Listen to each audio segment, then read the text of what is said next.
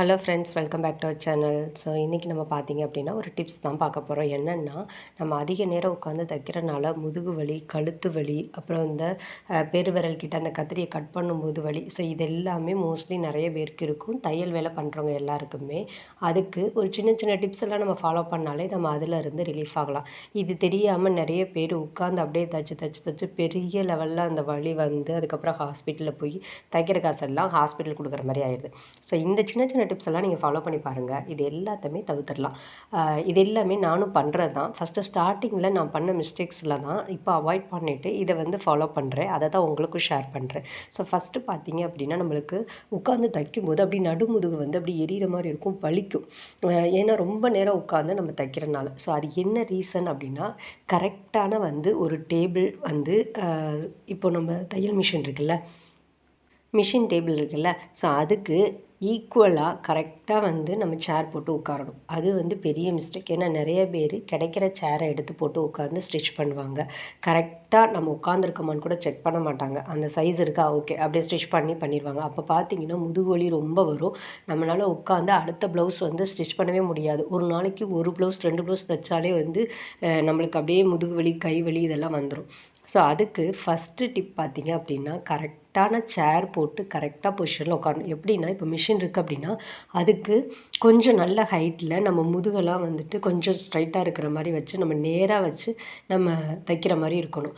அது வந்து இல்லாமல் சேர் வந்து ஏதோ ஒரு சேரை போட்டு உட்காரோம். இப்போ ஹைட் சின்னதாக இருக்குது, அதுக்கு என்ன பண்ணுறது அப்படின்னா 2 தலகாணி அந்த மாதிரி போட்டு நம்ம உட்காந்துக்கிட்டோம் அப்படின்னா கரெக்டாக இருக்கும் சைஸ். இல்லை ஏதாவது பெட்ஷீட். ஸோ இந்த மாதிரி நம்மளுக்கு சைஸ் வந்து கரெக்டாக இருக்கிற மாதிரி நம்ம போட்டு நம்ம உட்காந்துக்கிட்டோம் அப்படின்னா நம்மளுக்கு அந்த முதுகு வலி வந்து கம்மியாகும்.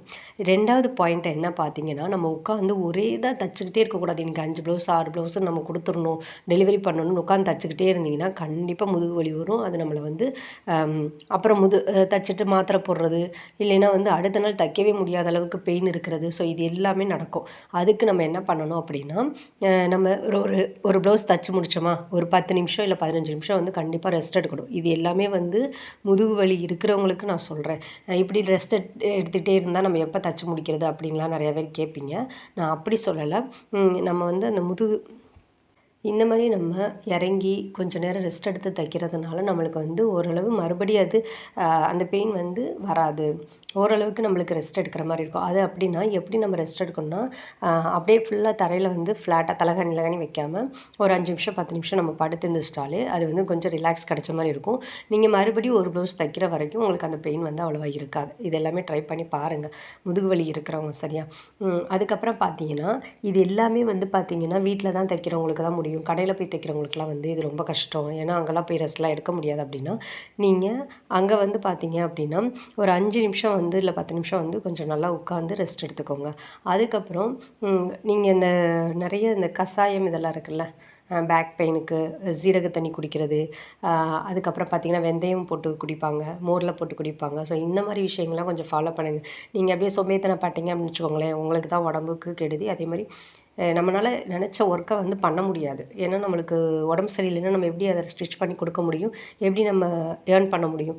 அதனால நம்மளோட உடம்பையும் நம்ம பார்த்துக்கணும் அப்படின்றக்காக இந்த சின்ன சின்ன டிப்ஸ்லாம் பண்ணியே தான் ஆகணும்.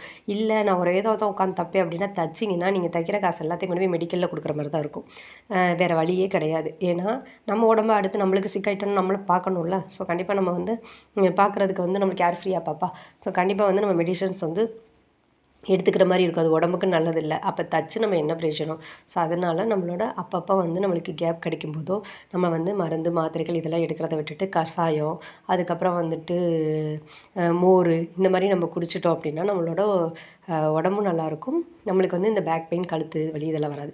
ஸோ இது வந்து பார்த்திங்கன்னா 2வது. 3வது டிப்ஸ் பார்த்திங்க அப்படின்னா, இப்போ நீங்கள் உட்காந்து தச்சிட்ருக்கீங்க அப்படின்னா அடிக்கடி வந்து இந்த பெரிய சிசர் இருக்குல்ல, அதை எடுத்து நீங்கள் கட் பண்ணி யூஸ் பண்ணாமல் சின்ன கட்டர் இருக்கும் பார்த்தீங்களா, அதை வந்து நீங்கள் யூஸ் பண்ணிக்கிட்டீங்க அப்படின்னா இந்த பெருவிரல் வலி, அதுக்கப்புறம் வந்துட்டு அந்த கை வலி, அந்த ஷோல்டர் வலி இருக்குல்ல, அது வராது. அதுக்கப்புறம் நீங்கள் இப்போ லைனிங் கிளாத் இதெல்லாம் வந்து எல்லாமே கட் பண்ணி வச்சுட்டு மிஷினில் உட்காருங்க.